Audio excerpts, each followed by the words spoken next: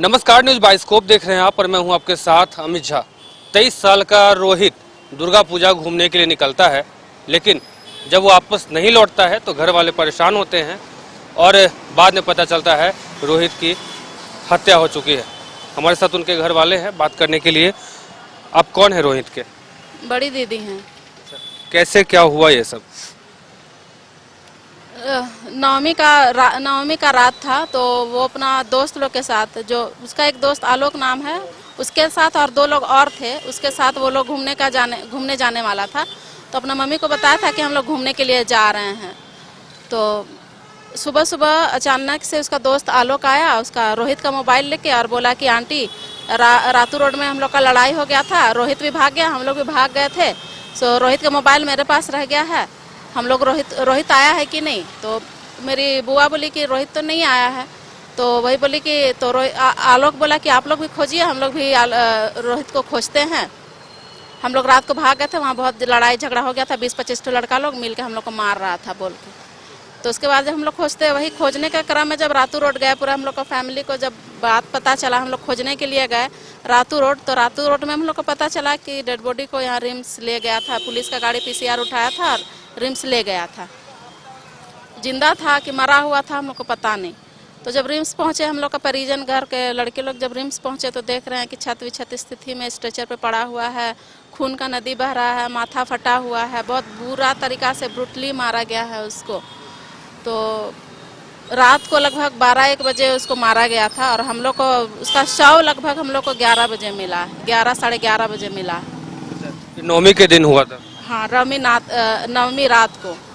Police वाले से बातचीत हुई? अब पुलिस वाले से बातचीत हुई, घर वाले लोग जब उसका लाश मिला तो फिर हम लोग गए, पता चला कि हम लोग को शुरू लग रहा था सुखदेव नगर थाना का है रातू रोड सुन के, लेकिन रोड के इस साइड जो कोतवाली थाना का एरिया पड़ता है, जालान रोड जो बोलते हैं, तो वही फिर कोतवाली थाना में FIR हम लोग रात को कराए।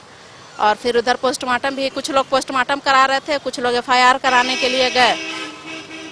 फिर उसके बाद पोस्टमार्टम करा के बॉडी को घर लाए, FIR किए। तो FIR का कॉपी तो हम लोग को रात को नहीं मिला, सुबह में हम लोग को WhatsApp के द्वारा FIR का कॉपी भेजा गया। थाना कौन सा है? लालपुर थाने में किया आपने? ये तो लालपुर थाना का एरिया है, लेकिन जो केस हुआ है और जो मारपीट की घटना हुई है वो कोतवाली थाना क्षेत्र के अंतर्गत पड़ता है। कुछ पता चला कि कहां से कैसे क्या हुआ है? कोई दुश्मनी ऐसा कुछ भी? दुश्मनी का अभी हम लोग को पता नहीं है, उसका दोस्त लोग से ही पूछने से पता लगेगा। जो दोस्त उसका फ़ोन लाके दिया था उससे से पता चलेगा कि कैसे क्या हुआ है।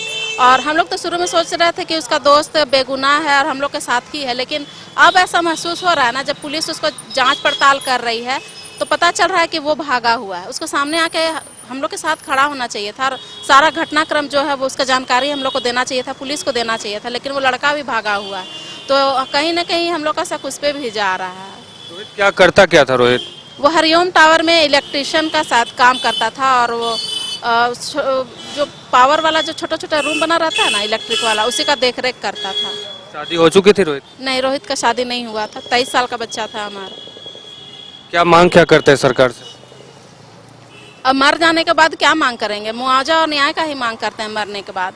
लेकिन हम तो बस, मेरा ये कहना है ना कि हर 15-15 दिन में इस तरह का देख रहे हैं, मर्डर हो जा रहा है, लोग मर रहे हैं, पुलिस उस टाइम तत्परता नहीं दिखाती है। मुझे इस चीज़ का बहुत खेद है और बहुत दुख है इस चीज़ का कि पुलिस प्रशासन को उस टाइम अपना तत्परता दिखाना चाहिए। आप सोच के देखिए, रातू रोड वाला एरिया कितना भीड़ भाड़ वाला एरिया है, मुख्य पंडाल का एरिया है, वहाँ पे पंडाल का कमेटी वहाँ पे रहते हैं। 1 किलोमीटर अंदर वहाँ गोंदा थाना है, गोंदा थाना के अपोजिट साइड मुख्यमंत्री आवास है। रोड के एक साइड कोतवाली थाना पड़ता है, एक साइड सुखदेव नगर थाना पड़ता है। आप विश्वास कर सकते हैं कि इतना चहल पहल वाला एरिया में, इतना भीड़ भाड़ वाला एरिया में पुलिस नहीं होगा? पुलिस को होना चाहिए था ना वहाँ। ऐसा भीड़ भाड़ के टाइम एक्स्ट्रा पुलिस फोर्स मंगाया जाता है लोगों की सुरक्षा के लिए। तो जब उसका दोस्त बताया कि 20-25 लोग मार रहे थे मिल के, तो वहाँ पे पुलिस हो हल्ला हुआ होगा, भगदड़ मचा होगा। पुलिस उस टाइम कहाँ थी? तत्परता क्यों नहीं दिखाई? बच्चा को क्यों नहीं बचाया उस टाइम? किसी के तरफ से भी लड़ाई का शुरुआत हुआ, गलती किसी का भी था, उस टाइम तत्परता क्यों नहीं दिखाई? मामला को वहाँ पर वो लोग सुलझाया क्यों नहीं पुलिस? ये हम लोग को शिकायत। कौन कौन है रोहित के परिवार में? रोहित के परिवार में उसकी माँ है, उसके पापा हैं और उसका भाई है और भाभी है, एक भतीजा है। छोटा सा। घर का खर्च रोहित का काम से ही चलता था, उसके मम्मी पापा का। उसकी मम्मी तो इतनी बीमार है, बीपी शुगर की पेशेंट है। उसको कल हॉस्पिटल ले गए, हॉस्पिटल में एडमिट करके उसको आधा रात को हम लोग उसको लाए हैं। घर का ये स्थिति है, कमाने खिलाने के लिए सबको रोहित पे ही डिपेंडेंट थे। उसका बड़ा भाई जो है वो यहाँ नहीं रहता है, साथ में नहीं रहता है, लेकिन रोहित के साथ रेगुलर रहते थे और घर जो है फिलहाल रोहित पे ही डिपेंडेंट था। आप कौन है रोहित की? बड़ी दीदी है।